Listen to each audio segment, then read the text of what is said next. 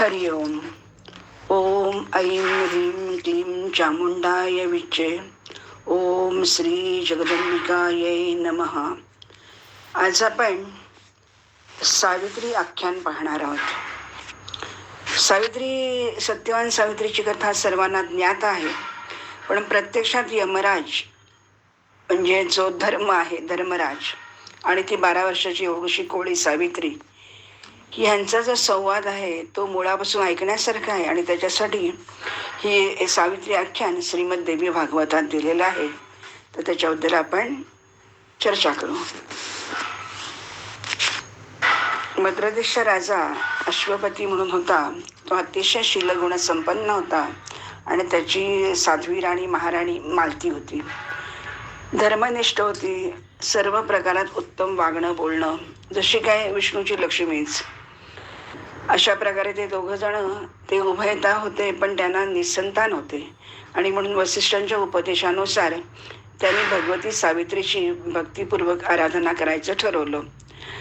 म्हणून राणींनी देवीची आराधना करायला सुरुवात केली. पण प्रत्यक्षात पूजा अर्चन करत असताना तिला देवीचा कुठलाही संकेत मिळाला नाही किंवा दर्शन तर फारच दूर.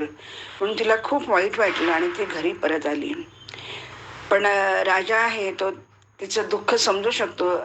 राजाने तिला समजवलं आणि तिला सांगितलं की आता तू खूप थकली असेल तर आता मी स्वतःच जातो आणि पुष्कर क्षेत्रामध्ये प्रयत्न करतो. मी पण सावित्रीसाठी पूजन अर्चन करून पाहतो. आणि म्हणून तो तिथे गेला आणि 100 वर्ष त्याने साधना तपश्चर्या केली, तरी पण त्याला काही दर्शन झालं नाही. पण त्याच वेळेला अशरीरी अशी आकाशवाणी त्याला ऐकू आली की त्यांनी आकाशवाणीतून असं ऐकवलं की तू 10 लाख गायत्रीचा जप कर.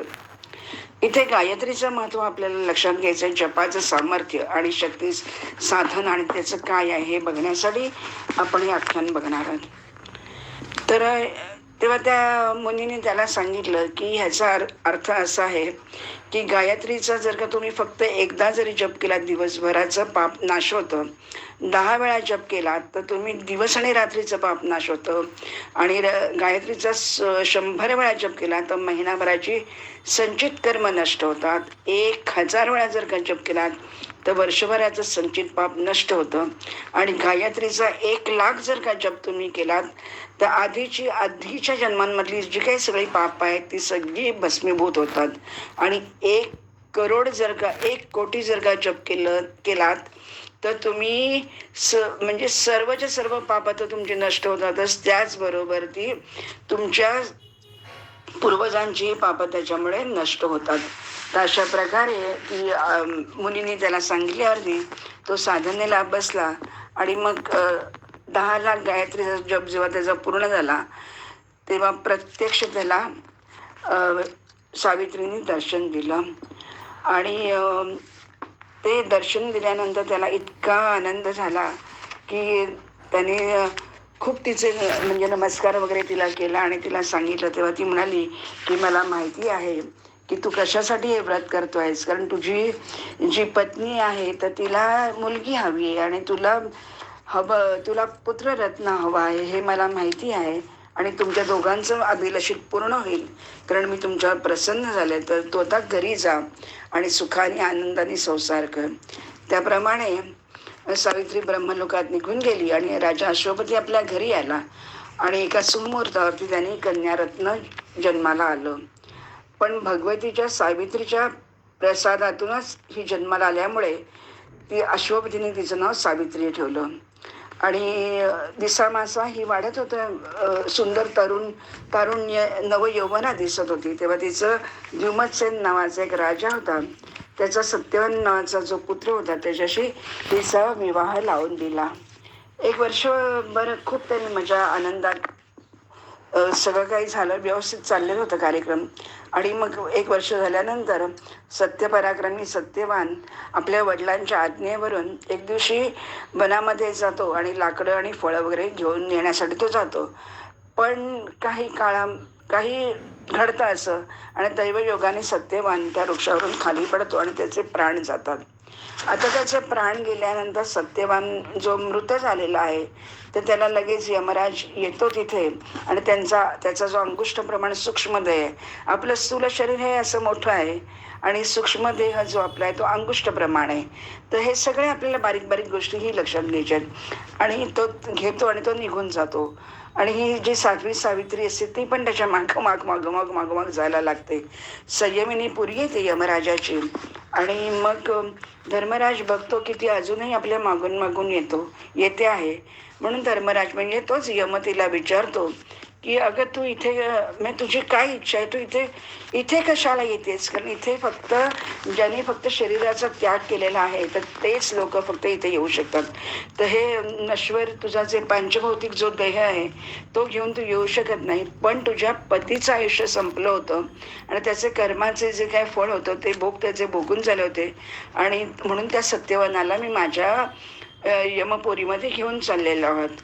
कारण प्राण्यांच्या कर्मानुसार त्याला जन्म प्राप्त होतो आणि त्यानुसारच त्याला मृत्यू प्राप्त होतो.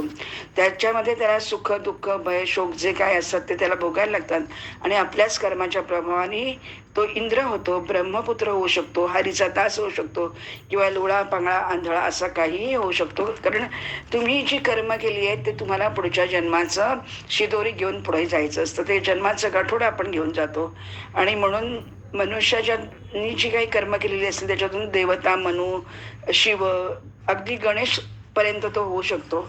आणि त्याचबरोबर की तो पशु पक्षी प्राणी किंवा सूक्ष्म जंतू कीट म्हणजे कीटक दैत्य दानव असं काही होऊ शकतो असं तो तिला सांगतो. तेव्हा ती सावित्री अशी 12 वर्षाची मुलगी आहे.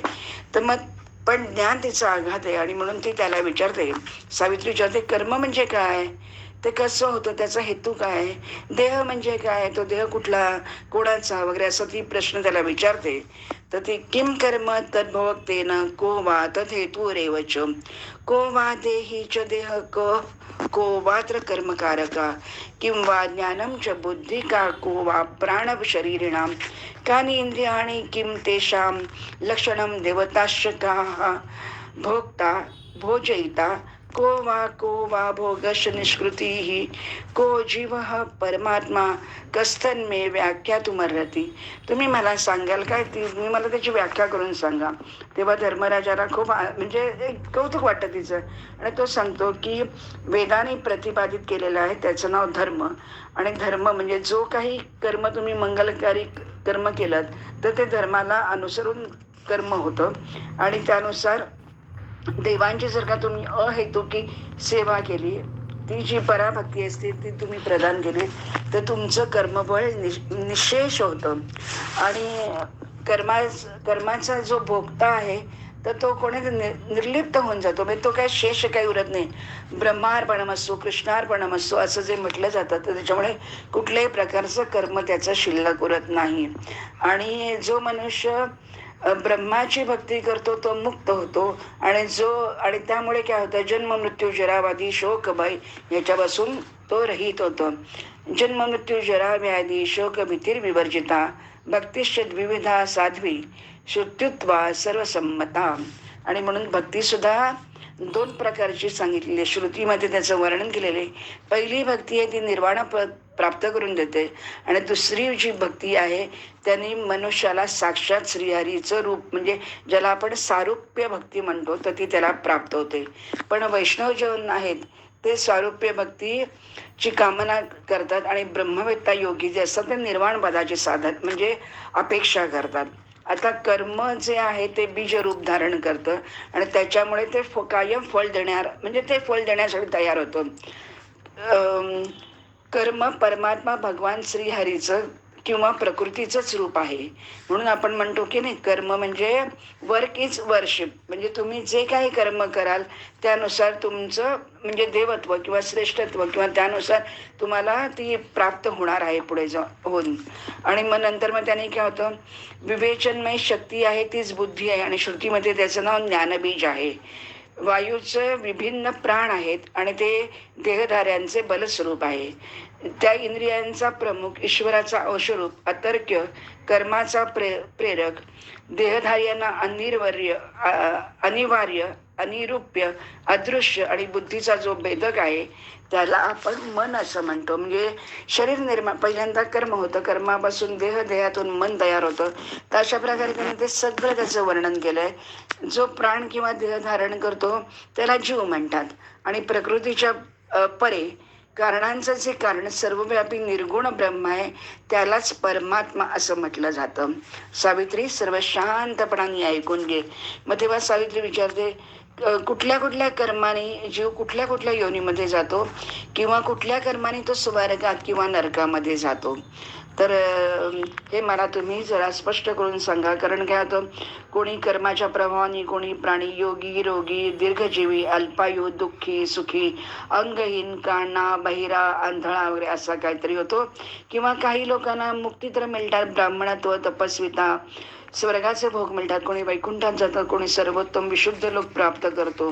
आणि मला सांगा बरं, असे नरक तरी किती प्रकारचे आहेत, त्यांची संख्या तरी किती आहेत. तर तिचं ते बाल मन आहे, तर ती अनेक प्रश्न विचारते. तर धर्मराशीला यमराशीला म्हणतो की अगं तू 12 वर्षाची एवढीशी मुलगी, पण तुझं ज्ञान आणि विद्वत्ता पाहून तर योग्यांना सुद्धा आश्चर्य करण्यासारखी गोष्ट आहे. पण तुला माहिती आहे का सावित्री, की भगवती सावित्रीच्या वरदानाने तिच्याच कलेतून तुझा जन्म झालेला आहे, म्हणून तुझं सती सावित्री नावाने तू प्रसिद्ध झालीस. प्राचीन काळी राजा अश्वपतीने तिची तपस्या केल्यामुळे तू सावित्रीच्या रूपामध्ये त्यांना कन्या रूपात प्राप्त झालेली आहेस.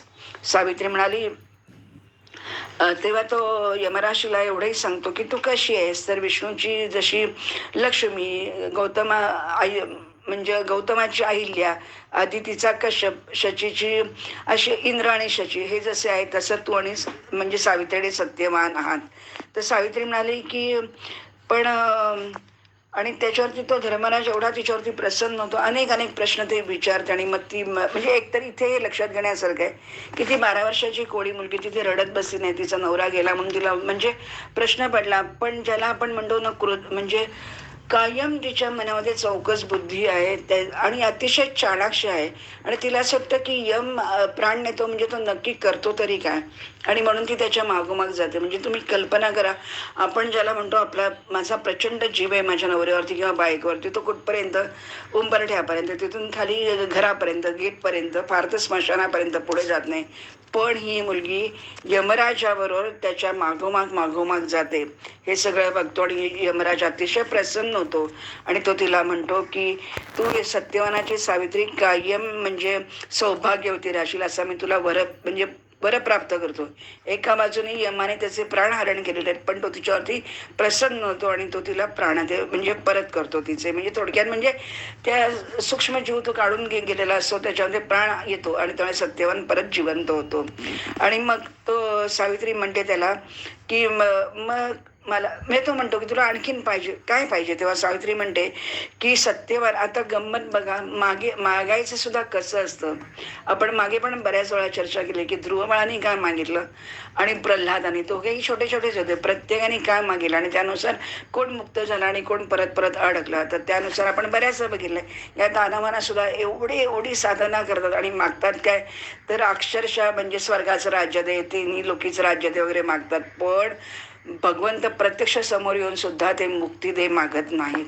तर त्याचप्रमाणे ही सावित्री आता कशी मागते बघा. सावित्री म्हणते की सत्यवनापासून मला 100 पुत्र होऊ देत, हा माझा अभिष्ट वर आहे. त्याच्यानंतर माझ्या पित्याला पण 100 वर होऊ देत आणि माझ्या सासऱ्यांना नेत्रज्योती म्हणजे त्यांच्या अंध म्हणजे नेत्रहीन झालेले आहेत, तर त्यांना ज्योती प्राप्त होऊ दे आणि त्यांचं गेलेलं राज्य त्यांना परत मिळू दे, हा माझा अभिलषित वर आहे. आणि हे जगतप्रभू, आणि शेवटी माझं 1,00,000 वर्ष झाल्यानंतर मी सत्यवनाबरोबर मी भगवंताच्या श्रीहरिधामामध्ये म्हणजे मला तिथे प्राप्ती होऊ दे. आणि अशा प्रकारे तू मला वर दे. म्हणजे तिने किती सुरेख वर मागितले नवऱ्याकडून. म्हणजे शतायुष्य नवरा, सासऱ्याला दृष्टी, राज्य मिळालं, त्याच्यानंतर 1,00,000 वर्ष राज्य केलं, तिला 100 पुत्र, वडिलांना 100 पुत्र, अशा प्रकारे तिने मागून घेतलं. आणि धर्मराज तेव्हा म्हणतो, हे महासाध्वी तुझी सगळी मनोरथ पूर्ण होतील. आणि आता या पुण्यभूमी भारतवर्षामध्ये शुभ आणि अशुभच कर्म निर्माण होतात, बाकी कुठेही होत नाही. कारण बाकी सर्व ठिकाणी सर्व लोकांमध्ये कर्म कर्म कर्म करतात आणि कर्मभोगला म्हणजे कर्मफळाची अपेक्षा करतात. आणि मग अशी म्हटलं मी तसं देव दैत्य दानव सगळेजण फक्त कर्मफळासाठी म्हणजे अपेक्षा आणि इच्छा करतात. पण कर्मनिश्चय झाल्यानंतर जी भक्ती खरी उत्पन्न होते त्याला निर्वाण स्वरूप भक्ती म्हणतात. आणि दुसरी आहे तिला ब्रह्मरूपिणी भगवती प्रकृतीची भक्ती म्हणतात. आणि म्हणून काय होतं, जो कोणी पूर्वजन्मामध्ये कुकर्म करतो तो रोगी वगैरे सगळा त्याला भोग भोगायला लागतात. आणि जो शुभ कर्म करतो त्याला खूप म्हणजे अतिशय सुख समाधान आणि शांती प्राप्त होते. कारण त्यांना भगवंताचे आशीर्वाद, आणि भगवंत म्हणजे कोण, तर मी केलेली सत्कर्म हाच भगवंत आहे. तर अशा प्रकारे त्याने सांगितलंय की ते पुढे धर्मराशीला सांगतोय की आता खरं त्यांनी प्राण तिला दिलेले आहेत, तरी पण त्यालाही तिच्याविषयी खूप म्हणजे आनंद प्रेम वाटते, आनंद वाटते, माया आपुलकी आहे. आणि म्हणून तो तिला संबंध म्हणजे काय आहे धर्म म्हणून तो तिला सांगतो. आणि म्हणून तो सांगतो की समस्त योनीमध्ये मानव योनी सर्वश्रेष्ठ आहे आणि ती दुर्लभ आहे. त्यातून ब्राह्मण जन्म तर त्याहून दुर्लभ आहे. आणि त्याच्यामुळे काय होतं, जो ब्रह्मनिष्ठ ब्राह्मण अधिक आहे तो सर्वश्रेष्ठ आहे. आणि त्याच्यामध्ये सुद्धा दोन भेद आहेत ब्राह्मणांच्या मध्ये सुद्धा, एक सकाम आणि एक निष्काम. तर सकाम जो आहे तो कर्मप्रधान आहे आणि निष्काम आहे तो फक्त भक्त आहे. आणि म्हणून काय आहे की जो सकाम भक्त आहे तो शरीराचा त्याग झाल्यानंतर तो परत जन्म घेतो. पण जो निष्काम भक्त आहे तर तो कुठल्याही प्रकार म्हणजे एकदा तो भगवत धामामध्ये गेल्यानंतर परत तो कधीही मागे फिरून येत नाही. तर अशा प्रकारचं एक खूप सुंदर, ज्यांना खरोखर मोक्ष आणि मुक्ती हवी आहे तर त्यांच्यासाठी ही सगळी आख्यानं जी लावलेली त्याच्यामागे मूळ उद्देश एकच आहे की अहम ब्रह्मासी तत्वमसी. किंवा आपण आता गणपती झालेले असतात किंवा आता नवरात्र आता उद्यापासून होणार आहे, तर ह्याच्या मागे सगळ्यांच्या मागे कारण एकच आहे की अरे तूच मी आहे, तो आणि तू एकच आहे हे आपल्याला कळावं. ज्याच्यासाठी पण जीव काय करतो त्या समस्त त्या नश्वर म्हणजे ते जे काही अर्थ नसलेल्या गोष्टींच्या मागे लागतो आणि कोसोमेल दूर निघून जातो आणि परत गर्तेमध्ये तो अडकतो. आणि परत परत भगवंत देवी कोण जे काय तुमचं दैवत असतं ते तुम्हाला वारंवार हे सांगते की तुम्ही सकाम भक्ती करू नका. सकाम भक्ती केल्यामुळे यज्ञ तप ज्ञान तुम्ही सगळं घेता, पण ते काही काळापुरेचं क्षुल्लक आणि कर्मफळ होतं आणि ते भोगलं जातं आणि मग परत तुम्हाला जन्म येतो. तर तुम्हाला तसं करू नका. तर त्याच्यामुळे त्यांनी सांगितलेलं आहे की कशा कशाचे लोक कुठे कुठे जातात. सूर्याची उपासना केली तर सूर्य लोकामध्ये जातो. त्याच्यानंतर तीर्थांचे वगैरे म्हणजे धर्मकर्म जर का नीट केला तर तो सत्य लोकामध्ये जातो. भगवती जगदंबाची जर का भक्ती केली तर ती मणिद्वीपामध्ये जाते आणि तो परत परत मागे येत नाही, म्हणजे जन्ममृत्यूच्या राहाटात पडत नाही. शिवाची उपासना केली, शिवलिंगाची उपासना केली तर शिवलोकामध्ये जातो. आणि अन्य छोट्या छोट्या बारीक बारीक देवतांची जरी उपासना केली तर तुम्ही त्या त्या लोकांमध्ये देवतांच्या लोकांमध्ये जातात आणि मग काही वर्षांनी परत तुम्हाला तो जन्म घ्यायला लागतो. पण जर का तुम्ही श्रीहरीची भक्ती केलीत तर तुम्हाला श्रीहरीचा लोक प्राप्त होतो. आणि जर का तुम्ही धर्माच्या विरुद्ध आचारहीन संहिता वावरलीत, कामलोलूप झालात किंवा अतिशय दुष्कृत्य केलं तर तुम्हाला आपोआपच नरकाचं द्वार उघडं तुमच्यासाठी आहे. आणि म्हणून जो कर्तव्यापासून विमुख होतो तर तो नक्की नरकामध्ये जातो आणि परत तिथून गेला त्याला अनेक वर्ष लागतात. त्याचबरोबर जे चांगले लोक आहेत ते चंद्रलोकात जातात. तिथून ज्यांनी कोणी आपली कन्या म्हणजे अर्पण केली, ज्याला आपण म्हणतो ना कन्यादान केलंय, तर ते चांगली म्हणजे आपला गृहस्थाश्रम सुद्धा किती चांगला आहे हे सांगण्याचा एका वचने तिथे प्रयत्न केलेला आहे. तुम्ही जर का भूमी दान केली तर तुम्हाला जितकी काय तुमची भूमी असेल त्यानुसार तुम्ही श्वेतदीप नामक ह्याच्यामध्ये जाता, लोकामध्ये जातात. सूर्याच्या स्थितीपर्यंत तुम्ही तिथे निवास करता. विष्णू लोकामध्ये तुम्ही जातात. जनलोकामध्ये तुम्ही जर का कोणाला म्हणजे जल दिलं, म्हणजे ज्याला आपण म्हणतो की नाही तडाख बांधून दिला, विहिरी तळी बांधून दिली, तर तुम्ही त्या जनलोकामध्ये जाता. त्याच्याबरोबर तुम्ही वापीचं दान म्हणजे विहिरी हे कुठल्याही जलाचं दान केल्यानंतर तुम्हाला काय फायदा होतो. त्याच्यानंतर ब्राह्मणाला जर का तुम्ही मिष्टान्न भोजन दिलं तर त्या ब्राह्मणाच्या शरीरावरती जेवढी रोमकूप आहे तितकी वर्ष तुम्हाला उत्तम गती प्राप्त होते. आणि मग त्याच्यानंतर तुम्ही खाली येता आणि मग एखाद्या शुद्ध तत्ववेष्टा ब्राह्मणाकडे तुम्ही जन्म घेता, तिथे तुम्ही परत भक्ती करता आणि मग कायमसाठी वैकुंठामध्ये निघून जातात. पुष्पोद्यानाचं जर का तुम्ही दान केलं तर ध्रुव लोकामध्ये जाता. अशा प्रकारे तुम्ही अनेक प्रकारे म्हणजे दानाचं महत्त्व त्याने इथे सांगितलेलं आहे. एक एक प्रकारचं तुम्ही दान कसं करा, दान म्हणजे सत्पात्री करा आणि त्या दानामध्ये सत्कर्म असू दे आणि त्याच्यामध्ये सत्यता असू दे. कारण ब्राह्मणाला एका हत्तीचं दान दिलं तर तुम्ही इंद्राच्या आयुष्यापर्यंत तुम्ही इंद्राच्या अर्ध्या आसनावरती तुम्ही विराजमान होऊ शकता, म्हणजे इंद्रपद तुम्हाला प्राप्त होतं. तर शाळीग्रामाचं जर का तुम्ही अर्पण केलं तर तुम्ही वैकुंठामध्ये जातात सूर्याच्या स्थितीपर्यंत. त्या इतक्या अनेक वाटिका जर का तुम्ही प्रदान केली तर मन्वंतरपर्यंत तुम्ही वायुलोकामध्ये जाता. अशा प्रकारचं प्रत्येक ठिकाणचं त्यांनी वर्णन केलेलं आहे की म्हणजे तुमचा आचार धर्म तुम्हाला काय सांगतो, आपले धर्मग्रंथ काय सांगतात आणि म्हणून हे ग्रंथ उघडले पाहिजेत आणि ग्रंथांचं वाचन केलं पाहिजे. आणि ग्रंथामधल्या संहिता म्हणजे आपण बऱ्याच वाचतो ऐकतो, त्यांनी म्हटलेलं असतं ना की खूपदा की तुम्ही काय करा तर तुम्ही ग्रंथ उघडा. कारण ग्रंथ उघडल्यामुळे काय होतं की भगवंत नेहमी सांगतो की माझी ती वाङ्मयीन मूर्ती आहे, जे जे खरे श्रेष्ठ जे भक्त असतील तर त्यांना उद्धवा तू या माझं वाङ्मयीन मूर्तीबद्दल त्यांना माहिती दे. तर तद्वतच हे सगळे ग्रंथ जर का तुम्ही वाचले, अभ्यास केला त्याचा, तर त्याच्या मागे जी काही रहस्य आहेत तर ती रहस्य आपल्याला समजतात. आणि अशा प्रकारे ती सर्व सांगते आणि मग तो जायला निघतो आता धर्मराज.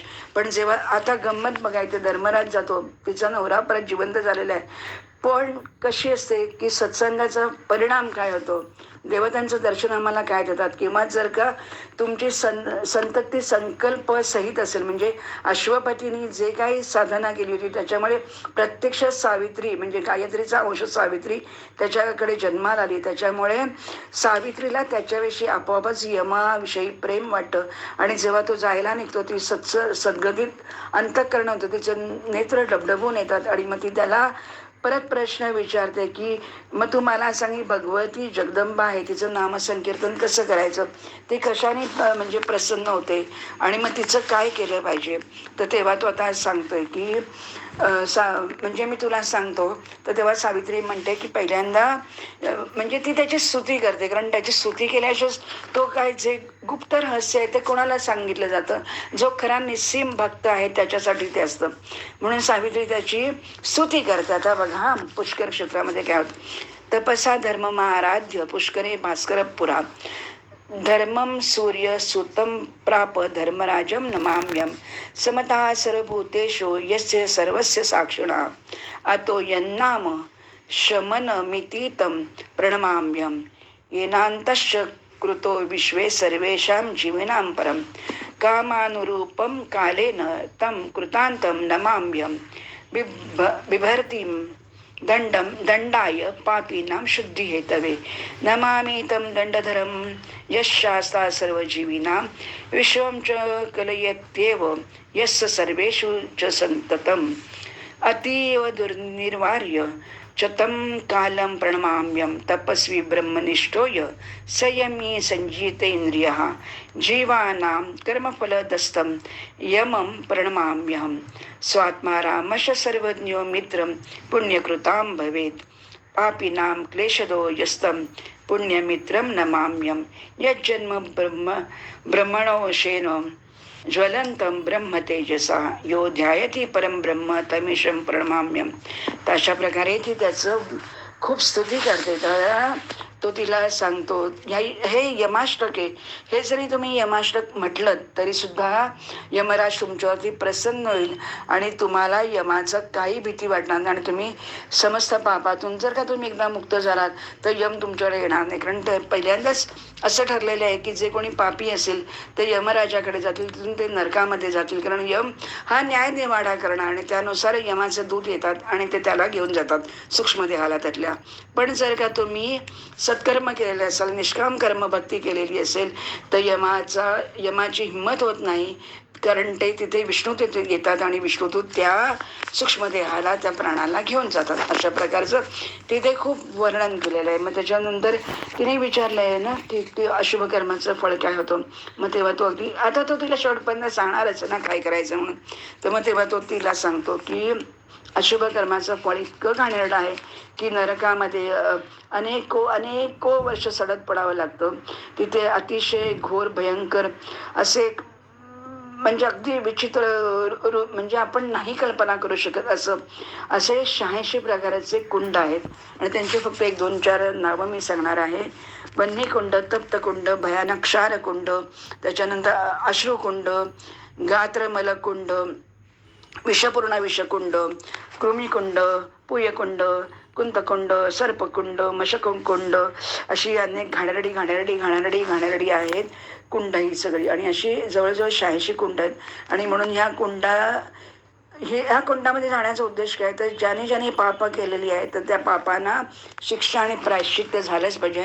आणि जेणेकरून ते तिथून पुढे म्हणजे परत ज्याला आपण म्हणतो की नाही की तुम्ही पापाची शिक्षा झालीच पाहिजे, देहदंड झाला पाहिजे, आणि त्याच्यानंतर तुम्ही परत उत्तम लोकांमध्ये जन्म घेता. आणि त्यामुळे तुम्ही परत चांगल्या लोकांमध्ये जन्म घेतल्यामुळे तुम्ही भक्ती करता, सत्संग करता, प्रवचन कीर्तन करता, ध्यान धारणा करता, आणि त्याच्यामुळे तुम्ही परत वैकुंठात वगैरे तुम्ही जाता आणि परत पुनरपी जननम पुनरपी मरणम घेत नाही. आणि ही साधी भगवंताची भक्ताकडूनची इच्छा आहे. कारण तो परत परत सांगतो की अरे मीच आहे तुझा, मीच मुळे तू आणि मी एकच होत.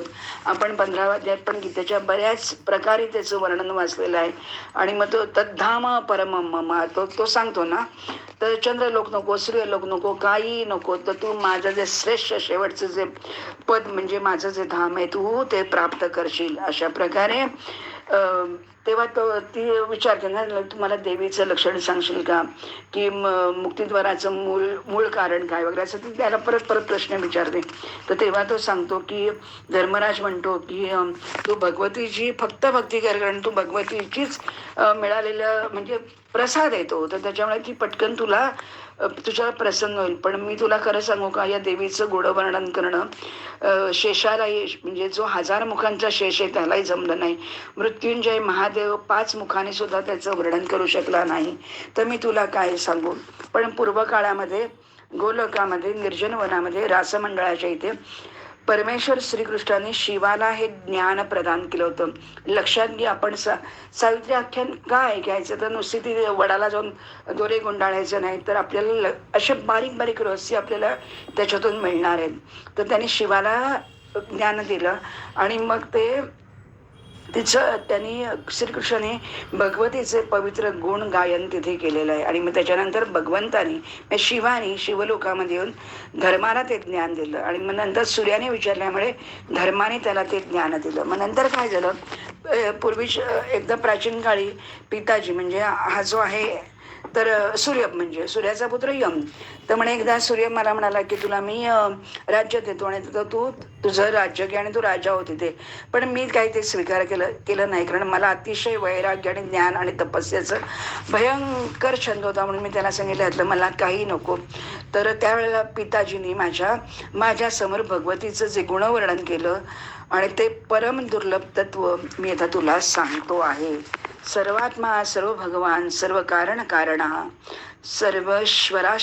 सर्वेश्वरश्च सर्वाद्याः सर्व विपत् परिपालकाः निररूपी नित्यरूपी नित्यदेही नित्यानंदो निराकृतिः निरंकुशो निराशंको निर्गुणश्च निरामया निर्लिप्त सर्वसाक्षी च सर्वधार परात्परा माया विशिष्ट प्रकृतिस्त्वद्विकारश्च प्राकृतः स्वयं पुमांश प्रवृत्तिस्त्वा तावभिन्नो परस्परं यथा वन्यस्तस्य शक्तिर्न भिन्नास्तस्यैव कुत्रचित् सेयं शक्तिर्महामाया सच्चिदानंदरूपिणी रूपं बिभर्ते रूपाच भक्तानुग्रहेतवे. तर अशा प्रकारे आता मी त्याचा अर्थ सांगते. सर्वात्मा सर्व भगवान सर्व कारणांचं कारण सर्वेश्वर आदिरूप सर्वज्ञ प्रतिपालक, नित्य स्वरूप, नित्य देह, नित्यानंद, निराकार, स्वतंत्र, निराशंक, निर्गुण, निर्विकार, अनासक्त, सर्वसाक्षी, सर्वाधार, परात्पर, माया विशिष्ट परमात्मा हाच मूळ प्रकृतीच्या रूपामध्ये अभिव्यक्त होतो. मूळ प्रकृती कोण आहे? तर परमात्मा, जो परात्पर परमात्मा आहे तो या रूपामध्ये अभिव्यक्त होतो. आणि काय होतं, प्रत्यक्ष परम पुरुष हीच प्रकृती आहे. आणि ते दोघं जण परस्पर अभिन्न, पण ते दोघं परस्पर असले तरी अभिन्न आहेत.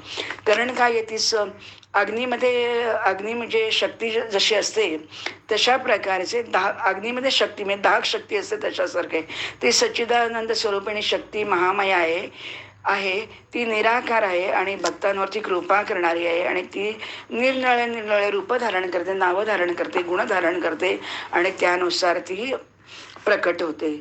त्या भगवतींनी सर्वप्रथम गोलोक सुंदरीचं रूप घेतलं, म्हणजे आपल्या राधेचं. ती अत्यंत कोमल, सुंदर आणि मनोहर होती. किशोर गोप वेशमाला होती आणि तिचा अतिशय सुरेख अशी ती जेव्हा बाहेर म्हणजे प्रकट झाली तर प्रत्यक्ष भगवंतच तिला बघत राहिला. आणि त्या ब्रह्मतेजाकडे बघता बघता तो तिला म्हणाला की तू माझी रासेश्वरी, माझ्या हृदयाची तू राणी हो, आणि तू माझी भार्या नव्हता, तू माझी प्रियसी. म्हणजे काय, एक वेगळे म्हणजे दोघं वेगळे नाही ना, अभिन्न आहेत. आणि तू कायम माझ्या वक्षस्थळावरती विराजमान हो. आणि अशा प्रकारे जगताची रचना करणारा ब्रह्म आहे तो सुद्धा तिच्या भयाने सृष्टी निर्माण करतो. आणि प्रत्येकजण वायू त्याच्यामुळे वाहतो वगैरे, असं सगळं. म्हणजे हे जे काय सृष्टीचक्र चालतं ते केवळ आणि केवळ त्यांच्यामुळे चालतो. आणि अशा प्रकारे आता हे पुढे त्यांनी सगळं सांगितलं, हे कसं पुढे घडतं वगैरे. ब्रह्माचं आयुष्य संपतं. आता तुम्हाला माहिती आहे ब्रह्मदेवाचं आयुष्य किती मोठं आहे. तर ते जेव्हा संपतं तेव्हा श्रीहरी अक्षरशः म्हणजे आपण ज्याला म्हणतो की डोळे मिटतो, डोळे मिटल्यावरती प्रलय होऊन जातो. आणि जेव्हा तो डोळे उघडतो म्हणजे जेव्हा प्रलय होतो तेव्हा ब्रह्मा, विष्णू, महेश, रुद्र सगळेजण त्याच्या नाभिकमलामध्ये लीन होतात. आणि मग क्षीरसागरामध्ये शयन करणारा किंवा वैकुंठवासी चतुर्भुज विष्णू प्रलयाच्या वेळेला परमात्मा श्री कृष्णाच्या, लक्षात घ्या, श्रीकृष्णाच्या वामपार्श्वामध्ये विलीन होतो. आणि ज्ञानाचा अधिष्ठाता सनातन शिव त्याच्या ज्ञानामध्ये विलीन होऊन जातो. आणि सर्व शक्ती ज्या आहेत, आता ज्या प्रकट झालेल्या शक्ती आहेत त्या विष्णुमाया दुर्गामध्ये प्रकट होतात. दुर्गादेवीमध्ये त्या सगळ्या प्रकट होतात. आणि बुद्धीची जी अधिष्ठात्री देवता दुर्गा आहे ती भगवान श्रीकृष्णाच्या बुद्धीमध्ये प्रविष्ट होते. म्हणजे आपण म्हणतो की नाही की फुल आहे, फुल फलतं, म्हणजे फुल फुलतं, उमलतं सगळं आणि मग परत ते बीज अंकुरित होतं. आपण वटवृक्षाचं जरी वर्णन केलं तरी ते तसंच आहे. म्हणजे मूळ जे आहे ते प्रसवतं, पसरतं आणि ते परत बीजकोशामध्ये परत धारण केलं जातं. आणि मग श्रीकृष्णाच्या अंशरूप आणि गणांचा स्वामी गणेश हा जो आहे तो श्रीकृष्णाच्या 2 भुजांमधून समाविष्ट झाला. आणि श्रीलक्ष्मी अंशस्वरूपा देवी भगवती लक्ष्मीमध्ये किंवा देवी लक्ष्मी राधामध्ये प्रविष्ट झाली. आणि मग काय झालं, पुढे ज्या गोपिका होत्या त्या सगळ्या राधामध्ये गेल्या आणि राधा अंतर्हीन झाली. आणि श्रीकृष्णाची प्राणीची अधिश्वरी जी देवता राधा आहे ती श्रीकृष्णाच्या प्राणामध्ये अधिष्ठित झाली. म्हणजे मग अशी म्हटलं की ते दोघं अभिन्न आहे. ती हृदय स्थलावरती त्याच्या ठेवलेली आहे, वक्षस्थळावरती, त्यावरती कधीही बाजूला जाऊ शकत नाही. सावित्रीने जितके जे काही वेदशास्त्र आहेत तेच त्यांनी सर्वांनी सरस्वतीमध्ये प्रवेश केला. म्हणजे प्रत्येक जी कोणी निर्माण झाली तिच्या कार्यासाठी, गुणासाठी, आकारासाठी त्या पण आता एक एक जण आता लय पावत आहेत. आणि सरस्वती परमात्मा श्रीकृष्णाच्या जिव्हेमध्ये विलीन झाली. त्याच्यानंतर जे गोप होते ते रोमकूपामध्ये प्रवेश झाले. प्राण्यांचे प्राणवायू श्रीकृष्णाच्या प्राणांमध्ये, समस्त अग्नी जठराग्नीमध्ये आणि जिव्हेमध्ये, अग्रभागेमध्ये विलीन झालं. आता पुढे आपण विराट स्वरूपाचं मागे मी वर्णन केलं होतं. विराटाचा अंशस्वरूप शूद्र विराट महाविराटामध्ये आणि महाविराट श्रीकृष्णामध्ये विलीन झाला. आणि जेवढी रोमकूप आहेत तेवढी सगळी संपूर्ण विश्वसमाहित जी आहेत ते सगळेजण म्हणजे भगवंताने डोळा मिट्टा क्षणी प्राकृतिक प्रलय होतो आणि त्याचं नेत्र उघडल्याबरोबर सृष्टीचा प्रारंभ होतो. या सगळ्या देवता ज्या सगळ्या एक एक जण लय पावल्या त्या सगळ्या बाहेर येतात आणि त्यानुसार कार्य सुरू करतात. अशा प्रकारे सृष्टीचं सूत्रपात पुन्हा लय पावतो, परत म्हणजे परत निर्माण होतो. अशा प्रकारे सृष्टीचा प्रारंभ होतो. श्रीकृष्ण प्रलयाच्या वेळेला परात्पर मूल प्रकृतीमध्ये लीन होतो आणि त्याच वेळेला एक मात्र पराशक्ती ही जी शेष राहिली असते ती निर्गुण पुरुष म्हणून होते. ती स्वरूप तत्व सर्वप्रथम विराजमान होतं असं वेदांचं ज्ञातांचं म्हणणं आहे. ती अव्यक्त रूपी मूळ प्रकृती अव्याकृत नामाने ओळखली जाते. चैतन्य स्वरूपीने तीच केवळ प्रलय कालामध्ये विद्यमान असते. चारी वेदाने 4 प्रकारच्या श्रुती सांगितलेल्या आहेत. भगवंताची भक्ती प्रधान आहे आणि म्हणून ती मुक्तीपेक्षा सुद्धा श्रेष्ठ आहे. एक मुक्ती सालोक्य देते, एक सारूप्य देते, तिसरी सामिप्य देते, चौथी निर्वाण पद देते. पण हे जे सगळे जण जे खरे भक्त आहेत त्यातलं यांना गुणानेही कसली मुक्ती नकोय, काय नको, त्यांना फक्त भगवंताचं सानिध्य हवं आहे. आणि अशा प्रकारे ते सगळं तो वर्णन करतो. सूर्यपुत्र धर्मराज म्हणजे यम आहे, तो तिला सगळं पूर्ण ज्ञान तो तिला देतो आणि पतीला तिच्या स्वाधीन करतो, तिला आशीर्वाद देतो भरभरून आणि तो तिथून निघून जातो. आणि त्याचबरोबर सावित्रीला पण खूप दुःख होतं, एका बाजूला खूप आनंद आहे पण दुःख पण आहे. म्हणजे वियोग आणि सौभाग्य असं ती सगळं एकत्र घेते आणि ती घरी येते. आणि ती घरी आल्यानंतर पुण्यक्षेत्र भारतवर्षामध्ये 1,00,000 वर्ष ती सुख उपभोगते आणि साक्षात भगवतीमध्ये ती विराजमान होते. कारण ती गायत्रीचीच ती कला औषधाने आलेली आहे. आणि म्हणून हे सावित्रीचं व्रत आहे ते 14 वर्ष केलं जातं. कसं केलं आहे तर ज्येष्ठ मासातल्या शुक्ल पक्षीला चतुर्दशी तिथीला सावित्रीचं व्रत केलं जातं. आणि मग त्याच्यामध्ये काय होतं की भाद्रपद महिन्याचं शुक्ल पक्षी अष्टमी तिथीला महालक्ष्मीचं व्रत पण कल्याणप्रद आहे. पण हे महालक्ष्मी व्रत जे 16 वर्षाचं आहे आणि सावित्रीचं जे व्रत आहे ते 14 वर्षाचं आहे. मग त्याच्यामध्ये त्यांनी षोडशोपचार पूजा वगैरे असं त्यांनी ते सगळं सांगितलं आहे. तर षोडशोपचार पूजा म्हणजे काय तर आसन, चंदन, अगरू हे सगळं त्याचं त्यांनी वर्णन केलेलं आहे. असं त्यांना द्यायचं आहे आणि मग तिची पूजा करायची आणि मग ती प्रसन्न होते आणि मग तुम्हाला सर्व काही खरं म्हणजे म्हटलं तर काही मागायची इच्छा नसते आणि हे त्या प्रत्यक्ष भगवंताला माहिती असतं कोण कशासाठी काय करतं आणि कोण कशासाठी काय मागतंय वगैरे सगळं. आणि अशा प्रकारे हा एक अतिशय सुंदर असं आख्यान म्हणा किंवा ही जगताची सावित्री जी आहे म्हणजे गायत्री जी आहे तर ती अशा प्रकारे तिचं वर्णन आनंद आपण घेतो. आणि एका प्रकारे आपण तिचं आत्ता हे ज्ञानदान केलेलं आहे. ही ज्ञान सेवा आहे ती आपण त्या गायत्रीच्या सावित्रीच्या चरणी अर्पण करूया. आणि झालेली सेवा तुमच्या चरणी अर्पण करते, सविताच्या आदिशस्त्र देवीच्या चरणी अर्पण करते आणि गायत्री मंत्र म्हणते. ओम ओम ऐं ह्रीं क्लीं चामुंडाय विचे. ओम भूर्भुवस्वः. ओम तत्सवितुर्वरेण्यं भर्गो देवस्य धीमहि. ओम धियो यो न प्रचोदयात्. हरि ओम तत्सत्. ओम ऐं ह्रीं